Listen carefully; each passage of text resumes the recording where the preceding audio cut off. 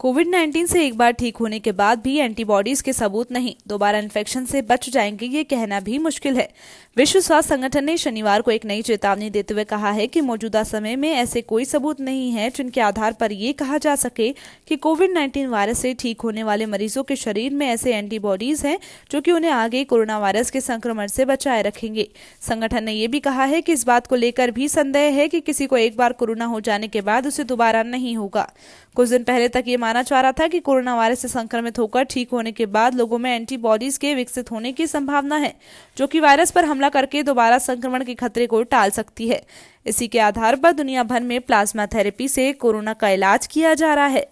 भारत में भी केरल, दिल्ली, राजस्थान समेत कई राज्यों में ठीक हुए मरीज के एंटीबॉडीज युक्त प्लाज्मा को लेकर संक्रमितों को दिया जा रहा है। worldometer.info के अनुसार कोरोना वायरस से दुनिया भर में मरने वालों की कुल संख्या लगभग 2 लाख हो गई है। वहीं 29 लाख लोग संक्रमित हैं। WHO ने बताया कोविड-19 और एंटीबॉडीज रिस्पांस को लेकर ये 5 बड़ी बातें।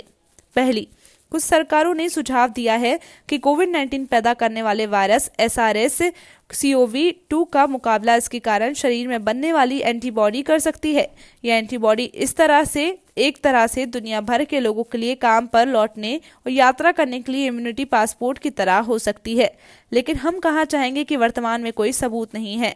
ऐसे लोग जो कोविड-19 से ग्रस्त हुए हैं, उनके शरीर में भले ही एंटीबॉडी हो तो भी वे दूसरी बार होने वाले संक्रमण से सुरक्षित नहीं है। दूसरा, कुदरती संक्रमण के माध्यम से एक वायरस से शरीर में इम्यूनिटी पाना लंबी प्रक्रिया है और आमतौर पर इसमें 7 से 15 दिन तक का समय लग जाता है। यह एंटीबॉडी वास्तव में इम्यूनोग्लोबुलिन नाम का प्रोटीन है। शरीर टी सेल्स भी बनाता है जो वायरस से संक्रमित अन्य कोशिकाओं को ढूंढकर मारती है। इसे सेलुलर इम्यूनिटी कहा जाता है। एंटीबॉडी और टी सेल्स साथ मिलकर वायरस का सफाया कर सकती हैं और अगर इनका रिस्पॉन्स अच्छा होता है तो आगे दोबारा संक्रमण को रोका जा सकता है। लेकिन कोरोना वायरस के मामलों में अभी ये कहना जल्दबाजी होगी। WHO ने हम SARS-CoV-2 संक्रमण को लेकर इंसानी शरीर की एंटीबॉडी रिस्पांस के सबूतों की समीक्षा कर रही है। अधिकांश अध्ययनों से पता चलता है कि जो लोग संक्रमण से उभर चुके हैं, उनके पास वायरस के लड़ने के लिए एंटीबॉडी मौजूद है। हालांकि इनमें से कुछ लोगों के खूनों में एंटीबॉडी का स्तर कम है। ऐसे में सेलुलर इम्यूनिटी से रिकवरी होना मुश्किल होता है। ये भी महत्वपूर्ण है कि वैज्ञानिकों ने किसी के अध्ययन में अब तक ही मूल्यांकन नहीं किया है SARS-CoV-2 से लड़ने वाली एंटीबॉडीज की मौजूदगी और आगे संक्रमण के लिए प्रतीक्षा प्रदान करती है या नहीं। वहीं कई देश नए मरीजों, स्वास्थ्य कार्यकर्ताओं पर वायरस से लड़ने वाली एंटीबॉडी का परीक्षण कर रहे हैं। WHO इन अध्ययनों का समर्थन करता है क्योंकि वे हद तक जोखिम कारकों के साथ जुड़े संक्रमण को समझने के लिए महत्वपूर्ण है। इनसे जो डेटा मिलेगा उससे आगे फायदा मिलेगा। लेकिन अभी चुनौती यह है कि अधिकांश परीक्षण इस तरह से डिजाइन नहीं किए गए हैं जिनसे दूसरी बार होने वाले संक्रमण के प्रति इम्यूनिटी का पता लगा जा सके। और आखिरी बात यह है कि कोरोना महामारी में इस पड़ाव पर इम्यूनिटी पासपोर्ट या रिस्क फ्री सर्टिफिकेट की गारंटी के लिए पर्याप्त सबूत नहीं है। जो लोग मानते हैं कि अगर वे पहली बार में ठीक हो गए हैं तो दूसरे संक्रमण से भी लड़ सकते हैं और वे सार्वजनिक स्वास्थ्य सलाह की अनदेखी करते हैं तो वे इस वायरस के खतरे को और बढ़ा देंगे।